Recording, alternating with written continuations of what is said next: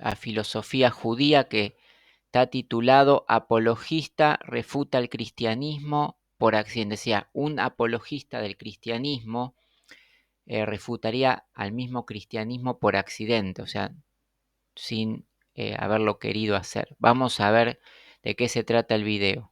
Ustedes ya vieron la transmisión en vivo donde tuvimos un debate con muchos pastores y apologistas cristianos que subieron a la transmisión en vivo. Pues uno de esos apologistas se llama César Moncada. En el pasado yo ya tuve un diálogo con él acerca de la sola escritura, el único tema que ellos tienen para hablar. En la descripción del video les dejo ese diálogo con César Moncada. Y bueno, el punto es que este apologista, César Moncada, él sube a la transmisión para tratar de enseñarnos a judíos y a noágidas que estaban en ese live, a tratar de enseñarnos sobre el nuevo pacto, porque en Jeremías 31, que es uno de nuestros libros, habla sobre el nuevo pacto. Subió para tratar de decirnos que nosotros no vemos que hay un nuevo pacto. Lo que hicimos es que se pusiera a leer todo el capítulo, porque ustedes saben cuál es la metodología en esta religión. Leer a pedazos, sacar de contexto, traducir mal, y le pedimos que leyera todo el capítulo y van a ver que lo que pasó extremadamente chistoso porque él mismo refutó al cristianismo en vivo. Y bueno, sin más, aquí les dejo el fragmento muy chistoso y si quieren ver el video completo se los dejo en la descripción.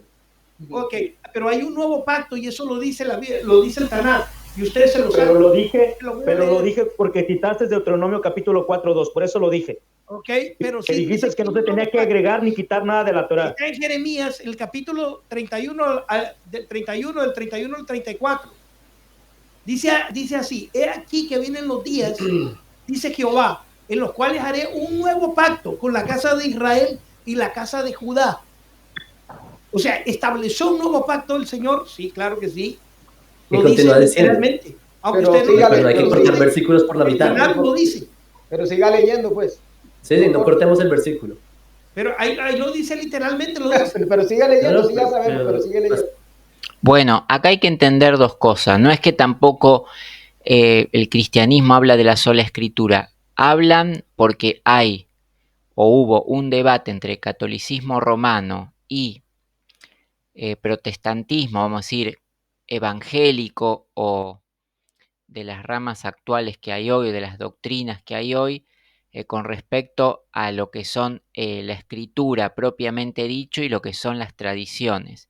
O sea que como en la Biblia se habla de las escrituras, se habla de lo escrito y se habla de la tradición, que es totalmente diferente a lo que actualmente se habla en el catolicismo como escrituras, como lo escrito o como las tradiciones, totalmente cambiadas. O sea, hay un debate en cuanto al catolicismo, cómo ellos lo implementaron a partir del siglo IV, cómo es después del protestantismo, por después del 1500 que se forma el movimiento protestante y cómo se entiende en la actualidad. Entonces existen las diferencias y también aparece con respecto a esto que se mencionó que los judíos eran sola escritura en el sentido de que no tenían la Biblia.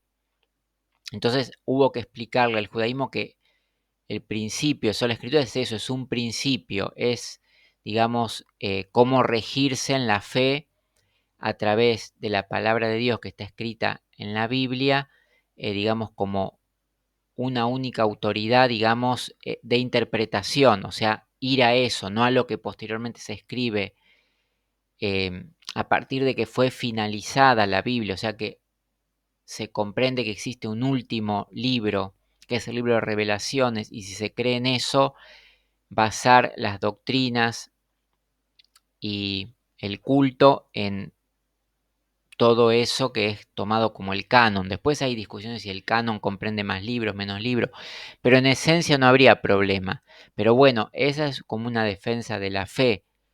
No es que lo único que se habla es la sola escritura, sino cuál es el principio de interpretación que se debe utilizar para creer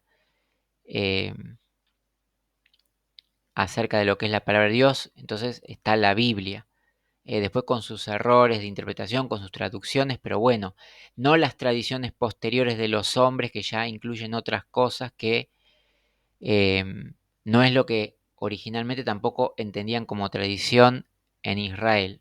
Pero bueno, esos son temas que necesitan debate, necesitan hablarse como para ir comprendiéndolos entre todas las personas, porque no es una cuestión de seguir una fe ciega, sino de ir interpretando cómo cambió a través del tiempo la interpretación y por qué fue ese cambio. Si fue en favor de buscar la verdad, si fue en buscar de cumplir lo que estaba escrito, si en función de la fe verdadera o fue una manipulación. Bueno, entonces ahí es lo que cada uno puede interpretar, y si tiene el don de discernimiento espiritual lo interpretará conforme a lo que es el Espíritu de Dios, que es lo verdaderamente importante en este caso, para no errar y tener como fundamento definitivo la fe verdadera. Entonces, ese es el principio de sola escritura que uno trata de ver, y que en Israel, vamos a decir, no los judíos mal a veces dicho, sino Israel, o sea, todo Israel basaba en eso es innegable, porque si no, ¿en qué se basaban? ¿En lo que dijo alguien? No, en lo escrito, que primero vino por una voz, evidentemente, porque después se escribió en tablas, después se escribió en manuscritos, y después se compiló en la actualidad bajo un canon entre escritos que fueron estudiados como los que provenían del Espíritu de Dios para, digamos, cumplir el hombre, y otros que no es que se desecharon, no se utilizaban porque no son relevantes a nivel cumplimiento del hombre, son otro tipo de cuestiones más puntuales. Bueno, eso sería básicamente este debate que se busca, pero acá se va a Jeremías. Con respecto a Jeremías, dice, hay un nuevo pacto entre la casa de Israel. Hay que tener en cuenta que la casa de Israel comprendía Judá y otras tribus, y después la casa de Israel, cuando se divide el reino, hay una separación, pero después eso tiene que unirse, la casa de Israel con la casa de Judá. Hay que recordar que la casa de Judá es la que volvió por la promesa de que se iba a enviar un rey. Entonces, ¿para qué? Para que reine. Pero para que se cumpla este reinado, digamos, tenía que haber un nuevo pacto. Y ese pacto que dice que las dos casas, porque la que no volvió del exilio es la casa de Israel, esa mitad en que se había dividido el reino, que fue exiliado, pero como la promesa fue para Judá de que tendría descendencia y reinado por siempre para Israel, la primera que tenía que volver es Judá, y después incorporar a lo que es Israel, el reino de Israel, que formarían el Israel todo junto, el cual el rey que provendría de Judá es el que reinaría todo y se restauraría. Entonces, en ese sentido tiene que haber un nuevo pacto para que Judá incorpore, pero parece que Judá no quiso. Judá, creo que quedó quedar en Judá simplemente ese poder como algo de una promesa suya, y se olvidaron de sus hermanos. Eso es lo que hablaba Jesucristo del hijo pródigo, cuando vuelve el hijo pródigo, que el padre lo perdona, está haciendo una representación de lo que era el que siempre había estado con Dios, el hijo que tenía su herencia y que todo lo que el padre le decía, todo lo que tengo va a ser tuyo, más el otro que se había desviado, que había tomado un mal camino, vuelve arrepentido, digamos, y el padre lo perdona, y el hijo un poco se pone celoso de eso porque no había tenido las mismas condiciones. Entonces, pero el pacto era para todo el Israel, por eso existe un nuevo pacto. Y esto es lo que Judá olvidó en ese momento y sigue con esta ceguera de no hacerlo. Entonces viene a los gentiles, viene la fe en Abraham nuevamente, porque también Judá estaban bajo la fe de Abraham, por la promesa a Abraham, pero todos se olvidaron en su momento. Ya dijimos, por el amor al dinero, porque los ricos no pasarán. Es lo que decía Cristo, si van al Evangelio de Cristo, todo lo que dice Cristo es porque no se cumplió el nuevo pacto en Israel y se fue a los gentiles. Es así de simple. Lo que pasa es que es muy difícil que el judaísmo actual acepte esto, porque ya cayeron en ese error y ahora tratan de justificar este error. Y tampoco el cristianismo actual es el modelo que necesita los judíos para ver lo que Jesucristo dijo. Entonces existe a través del tiempo esta disensión nuevamente y cada uno tira para su lado. Entonces vamos a seguir con este tema y este problema quizás por siglos, generaciones, excepto que venga el fin de los tiempos. O sea, estamos en el fin de los tiempos, pero que ya venga el fin de los tiempos anunciado, tiene un principio y tiene un fin. O sea, este sería cuando llegue el fin en los fines de los tiempos.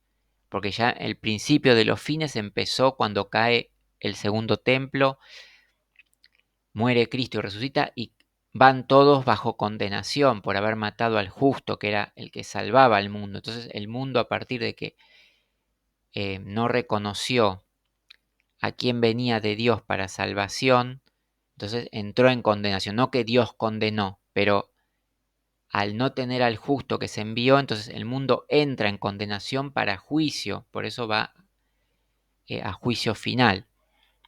De ahí en más es que surgen todas estas cuestiones de que no se acepta una o la otra cosa y se trata de desviar el tema del pacto. Bueno, vamos a seguir para no extender mucho el tema porque no todos lo comprenden de esta manera. Pastor, no quitarás y no agregarás. Continúe leyendo.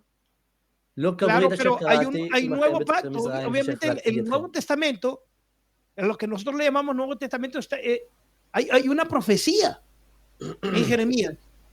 Déjame poner, continúe leyendo. terminar Pero de leer. continúa leyendo. Lo público queremos saber el contexto y no solo que nos manipulen citas, como hemos venido explicando al público, que eso es muy característico de la narrativa cristiana, es cortar citas, traducir mal, sacar de contexto. Y también sería, yo no lo voy a hacer, pero sería muy maluco responderle al señor Moncada lo que él respondió hace un rato. Ah, pues eso es lo que usted cree, crea lo que usted crea lo que le dé la gana. Yo también podría decirle lo mismo. Esa es su teología, crea lo que le dé la gana. Ese para usted es un nuevo pacto, bien puede creerlo. Entonces, pero no lo voy a hacer. Pero es que yo sí tengo cómo probar que hay un nuevo pacto. Usted no tiene cómo probar. Yo tengo pruebas, usted no tiene César, pruebas. es que Vamos el a problema del leerlo desde el cristianismo... contexto. ¿Qué les parece a ustedes? Lo vamos a leer desde el 26. Sí, me parece muy bien. Jeremías 31, del 26 en adelante.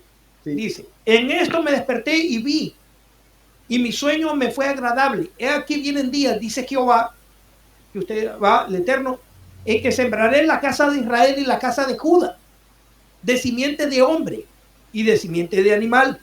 Así como tuve cuidado de ellos para arrancar y derribar y trastornar y perder y afligir, tendré cuidado de ellos para edificar, plantar, dice Jehová. En aquellos días dirán más. Los padres comieron las uvas agrias. Bueno, acá vemos la primera parte, que él los afligió, pero también hay una promesa de que van a venir días en que hará un nuevo pacto. Y los dientes de los hijos tienen la dentera, sino de que cada cual morirá por su propia maldad. Los dientes de un hombre que comiere las uvas agrias tendrá dentera. Bueno, acá ellos aplauden una cosa que están totalmente equivocados, porque ellos los adornaron, digamos, cuando habla de esto, de que hay un nuevo pacto y que cada uno morirá por su propio, se refiere a que las generaciones que hicieron el pecado, estas generaciones que pecaron o que hicieran lo desagradable o lo contrario a la voluntad de Dios y por lo cual se dividió el reino y después se invalidó el pacto para requerir uno nuevo, esas generaciones cuando mueren, a partir de que todos mueren, las nuevas generaciones que están libres de ese pecado, de esa culpabilidad, vamos a decir, de ese hecho deshonroso, son los que pueden celebrar el nuevo pacto. Me explico, porque cada uno muere por su pecado. Pero es distinto y se va a explicar ahora bien qué quiere decir para que ustedes no caigan en el error de los hermanos de la casa de Judá.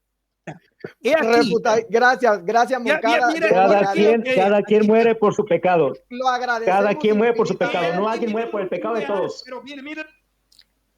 Ustedes escucharon, nadie muere por el pecado de todos. No. Aquí no está hablando de los pecados propios de cada generación en la que tuvieron que morir para que cuando nace una nueva generación, la cual no es culpable de ese pecado en hechos, pero sí tiene la consecuencia y la herencia. Es como nosotros, vamos a decir, si creemos en la palabra de Dios, en lo que está escrito desde el Génesis, cuando nacemos, no nacemos con el pecado o culpables del pecado del principio que tenían, vamos a decir, Adán y Eva o los primeros padres, vamos a decir, pero sí con las consecuencias. ¿Y cuáles son las consecuencias? La muerte. Es que nacimos para morir, cosa que en el principio de la creación no fue así.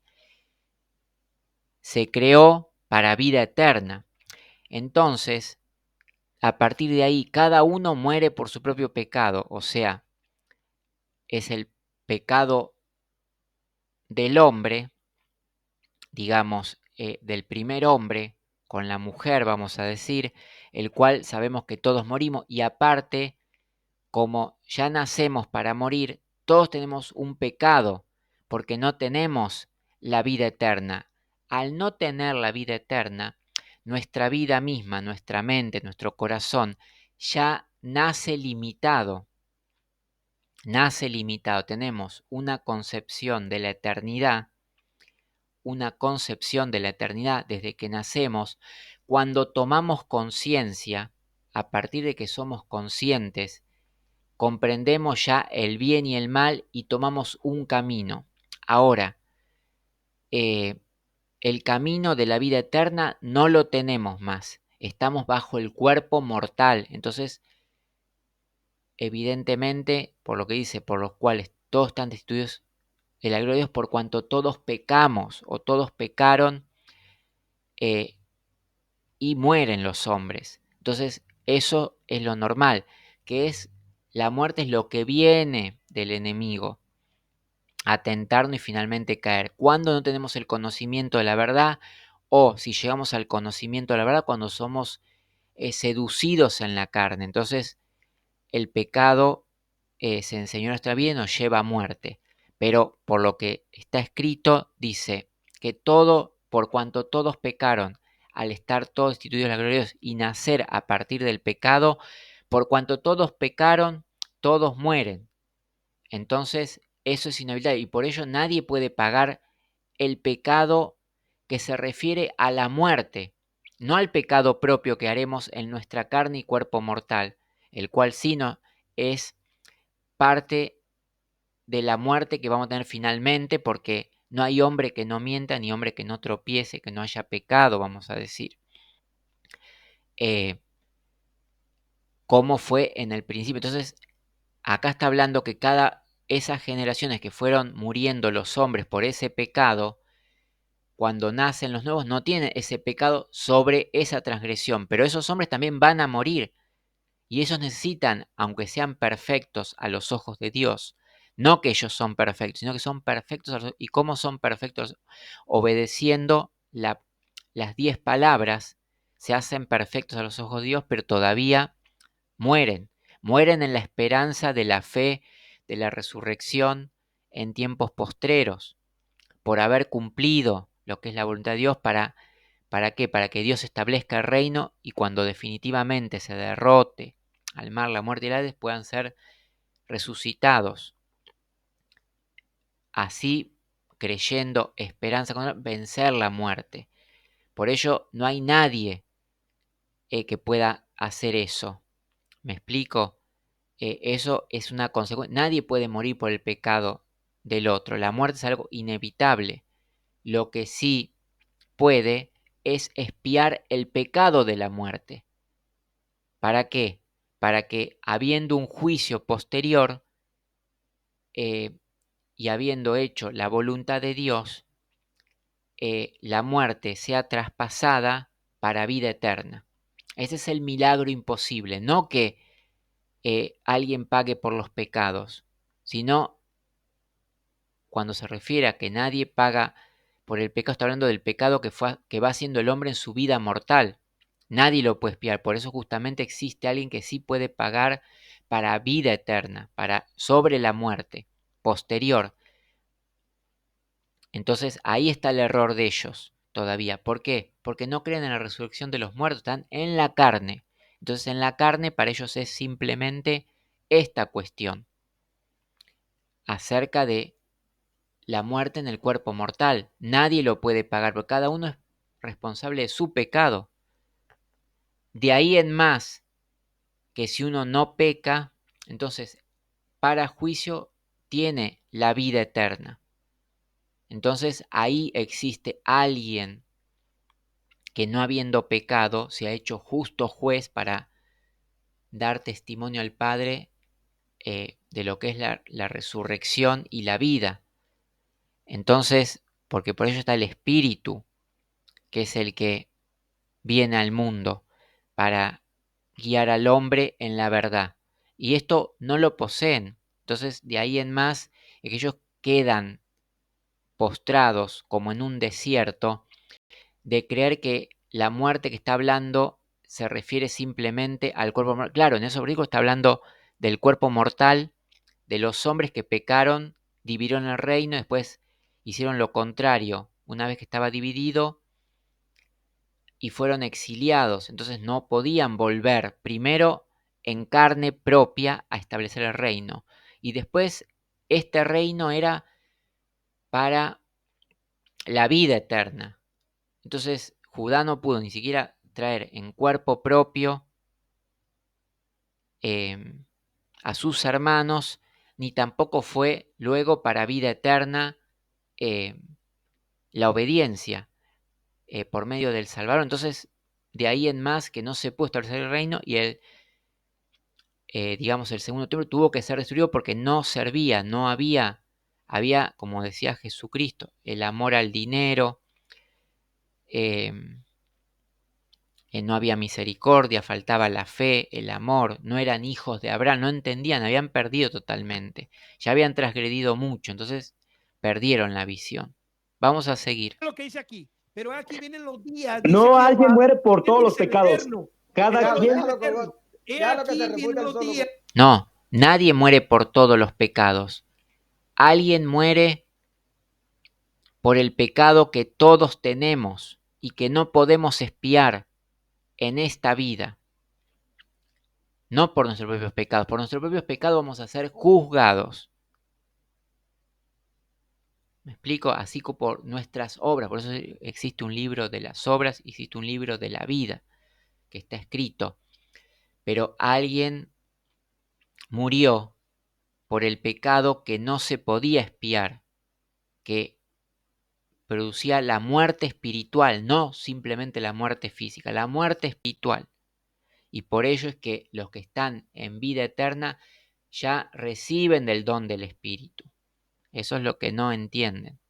Estando en la carne, porque el Espíritu ya se retiró de Judá. Ya cuando destruyó el templo, Dios destruyó su morada, diciendo: esta morada ya es piedra derribada, no habita en cada uno por medio del Espíritu de la verdad.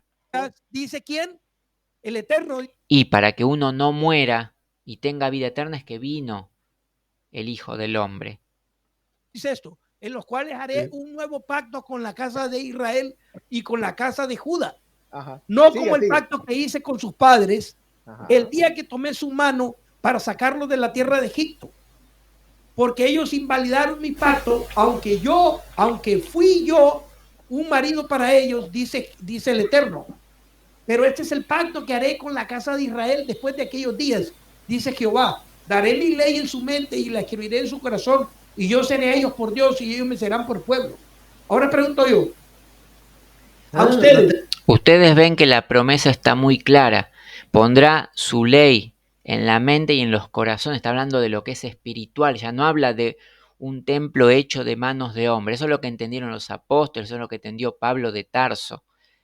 Por eso se anunció la destrucción del templo. No porque Jesucristo quería que se destruya, porque no servía, no es de la voluntad de Dios. Fue una construcción, pero que después trajo, a pesar de que Salomón pidió sabiduría y tuvo la sabiduría de hacerlo, después los hombres ya se desviaron en el amor al dinero, que es la idolatría que se dio en el segundo templo, y por ello era la falta de fe, de amor y de misericordia. Eso es lo que ocurrió y eso es lo que se expuso claramente para que se conozca. Terminado. Luego dice que, que la ley es eterna y que Dios no rompe el pacto con Israel, y no aunque los astros... ninguno a su prójimo, sigue leyendo. Y ninguno a su hermano, diciendo: conoce a Jehová, porque todos me perfecto. conocerán. Bravo. Todos, aquí está. Todo el mundo Otra. conoció a Cristo, todo el mundo sabe quién es Cristo. Todo el mundo Sí. sabe quién es Cristo y por qué están Perdonaré la evangelizando. maldad de ellos, ¿Y por qué no le perdonaré más de sus pecados. pero Señor, o sea, Así ha ¿qué dicho el locura? Eterno, que da el sol para la luz del día, las leyes de la luna y de las estrellas para la luz de la noche, que parte del mar y braman sus ondas. El Eterno de los ejércitos es su nombre. Yo lo estoy diciendo eterno, pero es palabra Jehová, nosotros lo traducimos así, ¿no? Si faltaren estas leyes delante de mí, dice el Eterno, también la descendencia de Israel faltará, para no ser nación delante de mí eternamente. Así ha dicho el Eterno, si los cielos arriba se pueden medir y explorarse los fundamentos de la tierra, también yo desecharé toda la descendencia de Israel por todo lo que hicieron, dice el Eterno. Ustedes iban, ¿qué dice? Iban a ser cortados porque despreciaron al Eterno. Aquí está la profecía. Que Dice lo contrario. Dice lo contrario. A Dios. Bueno, vamos a ver que esto fue así, pero ¿cuándo fue así? ¿A estas generaciones que están ahora? No. Fueron cortados en esa generación que despreciaron. Y ustedes lo vieron, todos lo vimos claramente, que fue ese reino o imperio romano durante el cual estuvo esa casa, estuvo Judá, y toda esa generación fue desechada. ¿O fue así o no fue así? No está hablando yo, pero justamente si ellos hablan de que nadie paga por el pecado, ellos no llevan ese pecado, ellos llevan la consecuencia, pero al no creer en las palabras de vida eterna, entonces siguen en su confusión. Entonces creen que mágicamente el eterno Dios los va a reunir porque sí, sin comprender su voluntad. No, eso es lo que dijo Jesucristo, lo que era necesario, los pasos para que se restablezca el reino, si no, el reino iba a ser pasado a otras personas. Entonces, de ahí después vino también dentro del cristianismo movimientos, digamos, de falsos profetas. Por eso decía, al no haberse restaurado y haber sido eso, también se iban a encubrir herejías, se iban a pasar muchas cosas, apostasía dentro del cristianismo. No estamos hablando de movimientos religiosos, estamos hablando de la verdad. Pasó en Judá y va a pasar en, vamos a decir, el cristianismo. Va a pasar esto, porque es parte del hombre el pecado. Por eso cada uno muere por su pecado, no hay nadie que pague por el pecado de cada uno, pero sí sobre el pecado que es la muerte, porque la muerte es el pecado, el cual nadie lo tiene pago por sí mismo. Nadie puede expiarse de la muerte a sí mismo para tener vida eterna por sí solo. Entonces, acá no estaba hablando los versículos de un pago de los pecados que uno hace en vida, como que ya está... No, está hablando en el sentido de la muerte, del pecado que como consecuencia trae la muerte, que es el pecado que viene desde el principio. Ese es el pecado que se paga sobre todos los hombres, sobre todos, no sobre todos los pecados de cada uno, sino sobre el pecado de todos los hombres. Esa es la confusión de ellos. He aquí vienen los días, Ahí dice está Jehová, en metiendo que la palabras ciudad de él. será edificada, el Eterno desde la torre de Anael hasta la puerta del ángulo, y saldrá más allá el cordel de la medida delante de Listo. él, Entonces, sobre los collados César, de aquí Caleb. leímos tres cosas muy interesantes. No, 4 cosas ocurrieron aquí. La primera es que quizás fue la primera vez que leyó Jeremías 31, no lo sé. La segunda cosa es que leyó explícitamente que ningún hombre muere por los pecados de otro. Significa... Ya lo volvemos a decir, nadie muere por... Eso está claro. Acá lo que está diciendo es que hubo uno que murió por el pecado de todos los hombres. Porque como está escrito, como el pecado entró en el hombre y en un solo hombre trajo la muerte, así también es la salida de la muerte por un solo hombre. Si bien por el primer Adán es que primero entró el pecado, o sea, la desobediencia a Dios, vamos a decir la transgresión más que el pecado, para no buscar, porque la mente busca cuando uno habla de pecado, busca la falla en uno, habla muy personal, vamos a decir la transgresión a la ley de Dios. Y con ello trajo la muerte. Ahora, por medio de la obediencia a la palabra eterna, es que se termina con la muerte y se va para vida eterna. Entonces, ¿hay alguien que cumple eso? Mientras no haya uno que cumpla eso, entonces la muerte es la que está, y los hombres no tienen, digamos, un pago a causa de la muerte para redimir del pecado que viene desde el principio. Por eso dice, no es que paga por el pecado o por los pecados que uno hace personalmente, sino por el pecado de todos los hombres, lo cual se manifiesta en la muerte, es decir, la finalización de lo que Dios creó, que bajo su voluntad tenía vida eterna. Que Jesús no murió por mis pecados ni por los suyos. Tercero, también dice que traerá paz. Que ningún hombre conoce a Dios. Es decir, usted es un predicador, no sé cómo se define, apologista. El hecho de que usted tenga que... Por eso lo dice, justamente que ningún hombre conoció a Dios. El conocimiento de la verdad viene por el Espíritu. Si no es el Espíritu de Dios, no está diciendo que porque el hombre es, porque Jesús, hablamos de el Espíritu, hablamos de la fe. ¿Me explico? La fe es la que trajo desde Abraham la redención y se manifestó en el Señor, y esa fe después vino el Espíritu de Dios, como venía antes en el templo el Espíritu, y el hombre no podía ingresar por allí. Por eso dice, el hombre no conoció a Dios, ningún hombre conoce a Dios. Cuando entraban en el templo tenían que purificarse,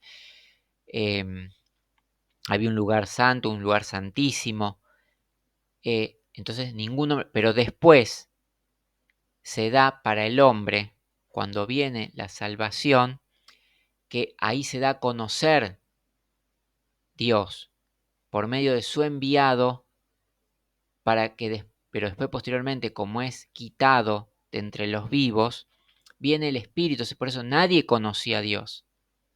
Era la voz, era la fe. No se puede tergiversar tanto. Si ellos lo saben cómo era, que el hombre no podía acercarse al lugar santísimo. Explicar su concepto de Dios significa que no se ha cumplido este nuevo pacto. Es decir, el hecho de que haya rabinos y pastores, no se ha cumplido el nuevo pacto porque hay necesidad de explicar a Dios. Cuarto. No, acá no se explica a Dios. El que cree o no cree, acá lo que se habla o lo que se fundamenta es la voluntad de Dios, lo que Dios nos pide. Uno no está explicando a Dios. Dios ya está en una posición donde existe la creer a Dios o no creer a Dios. No se explica a Dios. O uno cree o uno no cree. Pero después de eso, como dice Jesús, si los paralíticos caminan, los sordos reciben la vista, el reino de Dios ciertamente se ha acercado. O sea, hay una manifestación. Además, las palabras, fíjense en Moisés, fíjense en los profetas, de quién habla. Entonces está diciendo que no es que está explicando a Dios, que ya estaba anunciado. Lo único que no lo veían, no que lo está explicando a Dios, que no lo veían, es lo que está pasando, es que no lo ven por ciertas cosas que han pasado. Pero bueno, hay que ser pacientes también, como han sido pacientes el Espíritu de Dios con nosotros en sacarnos del error, ser pacientes con ellos también. O sí, cuarto en mi caso, es que si usted leyó Hebreos capítulo 8, que dice literalmente lo opuesto a lo que acaba de leer, que ahí en Hebreos dice, es el nuevo pacto y lo que es viejo pasará, es porque ya es como que caducó, algo así, mientras que ahí acaba de leer explícitamente que es eterno, no lo puedes echar nunca. Oye, porque, y para que eso pase, Dios tiene que literal acabar con todo. No pudo explicar Rafael sobre... Pero acá no habla de que un nuevo pacto, digamos, abole abolió el otro o no lo abolió, no, lo renovó, o sea, en el espíritu.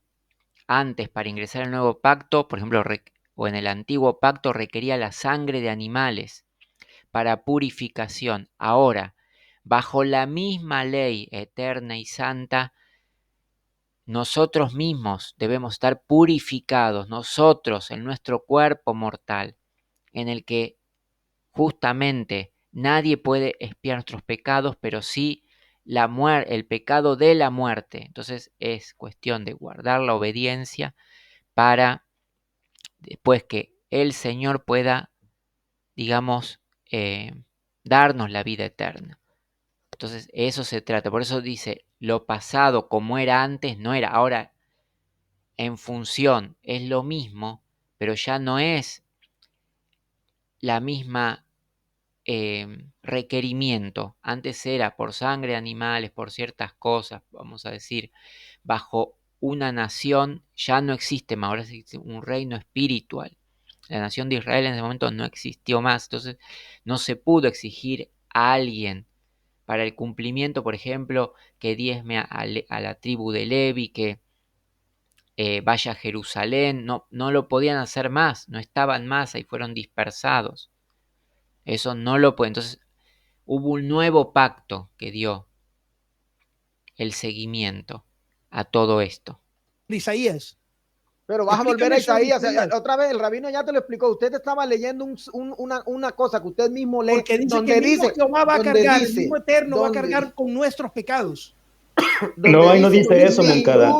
Está hablando del siervo. Ningún padre pagará por el pecado de su hijo, y lo dice también en la Torá. Ningún padre va a pagar por el pecado La del hijo, Biblia sino dice que que él va cada a cual, cargar con el pecado. va Así que a no responder califica por su Israel. propia. No, Claro, cada uno responde por su propio pecado en cuanto va a estar injertado en Israel o va a ser cortado de Israel.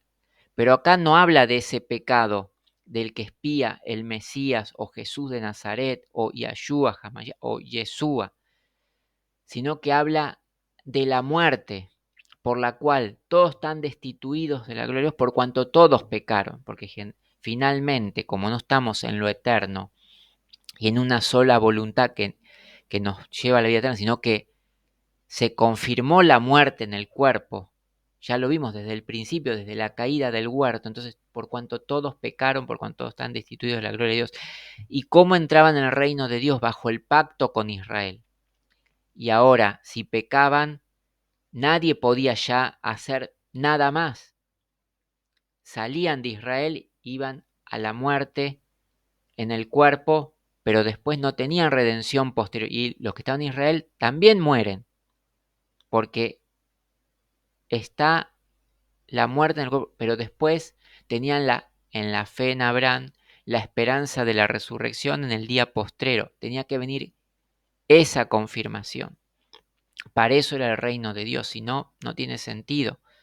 Si vamos a morir cada uno por nuestros pecados y quedamos así, entonces, como lo dice bien, comamos, bebamos, pequemos, total, no hay mañana. ¿Para qué existe la ley eterna y santa? ¿Para qué es eterna y santa? ¿A qué se refiere eterna? ¿Que nos da vida eterna? Claro, pero todos pasamos por la muerte porque nadie puede pagar por el pecado que nosotros tenemos, el cual viene desde el principio y por lo cual viene la redención también, pero es por fe, porque desde Adán hasta Moisés reinó la muerte, entonces la muerte está y existe después esto, la cual nadie puede pagar, que es la vida eterna. Y para eso vino el Hijo del Hombre, para que el que cree tenga vida y conozca al Padre, porque parece que ellos no lo conocen al Padre. El Padre de los cielos. Conocen el Padre del mundo, o los padres del mundo, que son voluntad de Dios también, Adán y Eva, que son, por eso Java o Eva se le dijo, su nombre significa madre de todos los vivientes, porque por ella es la que iba a aplastar la cabeza de la serpiente y ella le iba a herir en el carcañal, la serpiente, ¿no? No iba a ser gratis esta redención, o sea, la muerte iba a estar.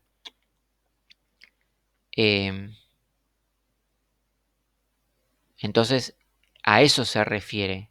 Y a ellos les cuesta mucho aceptar esto porque el cristianismo ha estado mucho en idolatría.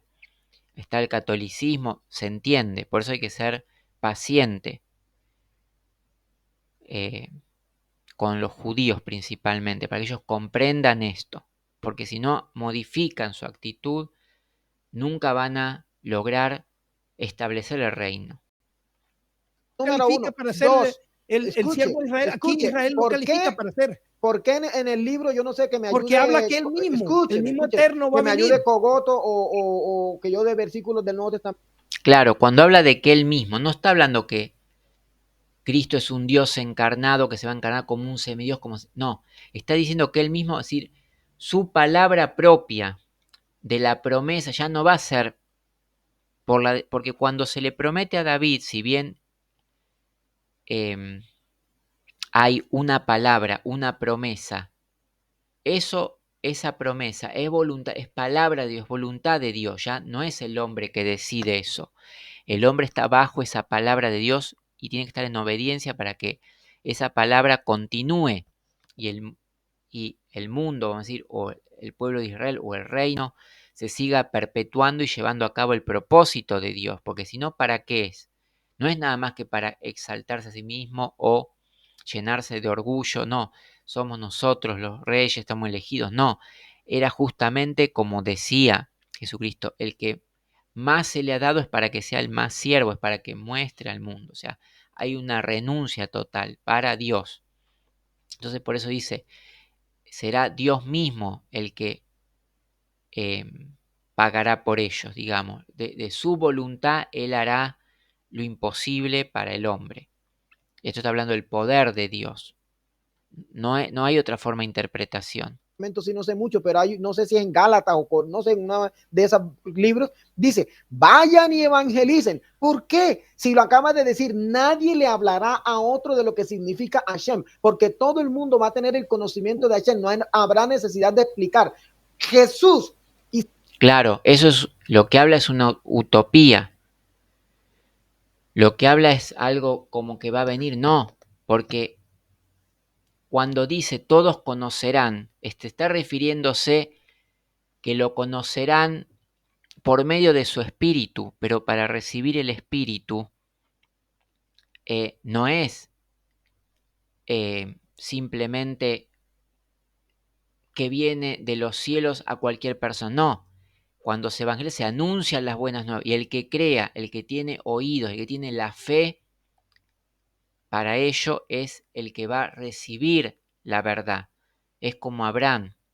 Abraham creyó por fe. Él no era del pueblo de Dios, o sea, no era de ellos. Él creyó a Dios, fue obediente sin ver, obedeció a Dios. Cuando apareció a Dios obedeció, él no conocía hasta que obtuvo la promesa.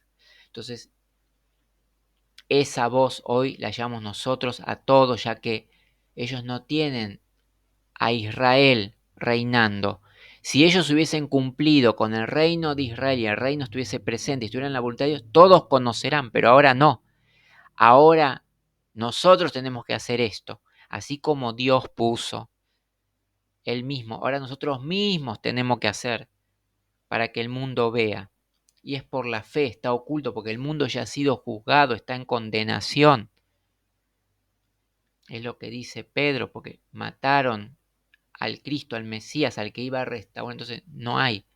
El mundo está en tiniebla, entonces hay que llevar la luz, hay que llevarla, porque el faro grande que era, no está más por la desobediencia.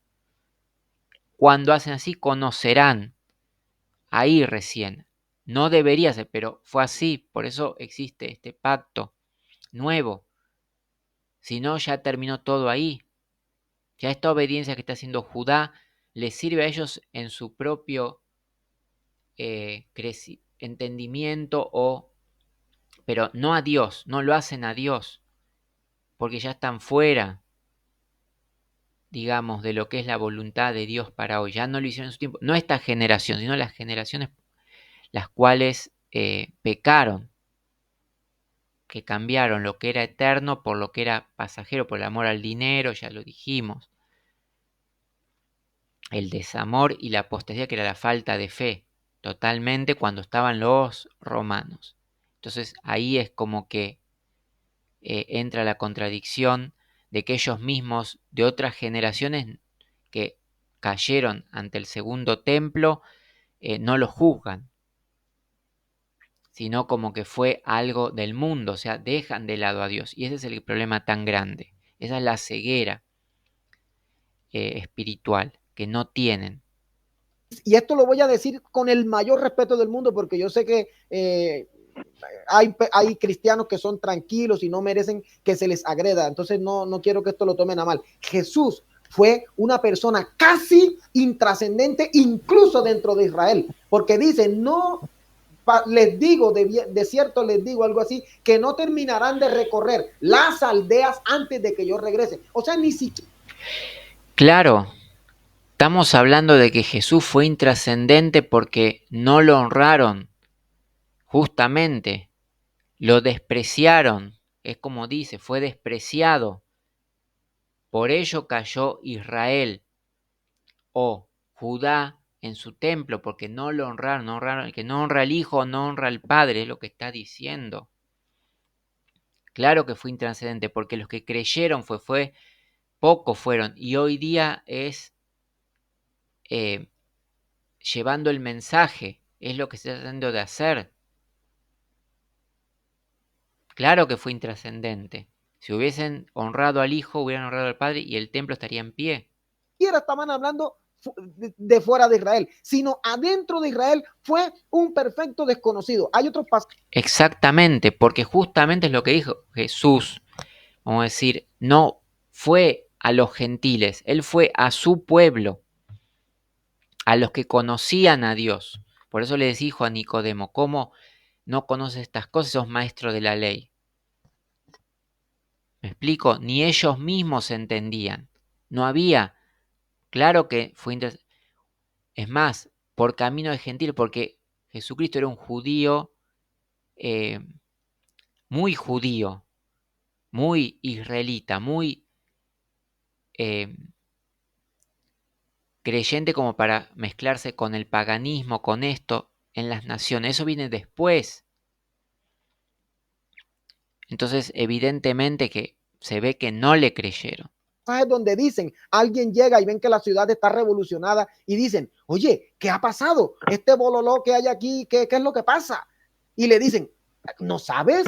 ¿Acaso no sabes que Jesús ha muerto? Jesús, ¿y quién era ese? Un profeta que era grande en obras. No lo conocían. La gente que estaba llegando a las fiestas o a lo que sea que estaban llegando a Jerusalén y a Israel en ese momento, no sabían ni quién bendito era Jesús. Señor Rafael. Claro, no lo conocían, pero mucha gente sí lo conocía.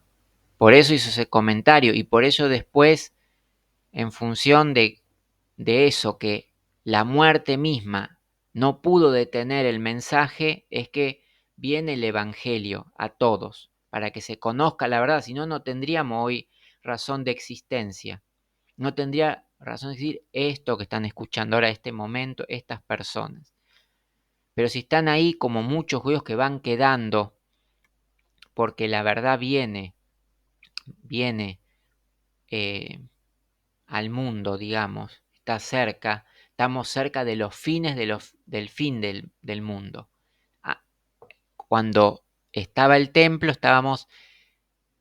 o cuando se da el mensaje a Juan de revelación, estábamos en el principio del fin de los tiempos, o del fin del mundo, cómo lo conocemos, digamos.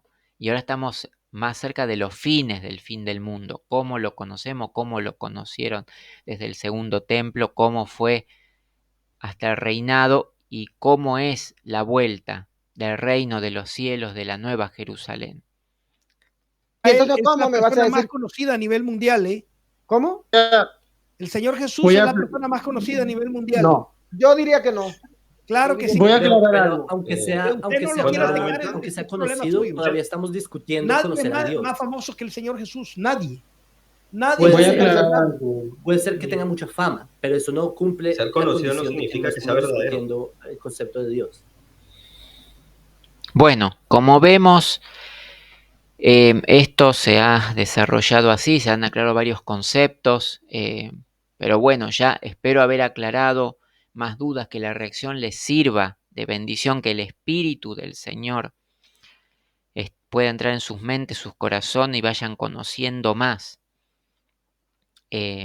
cada día, para que siempre triunfe la verdad en la iglesia de Dios. Muchas gracias a todos los que participaron de este mensaje.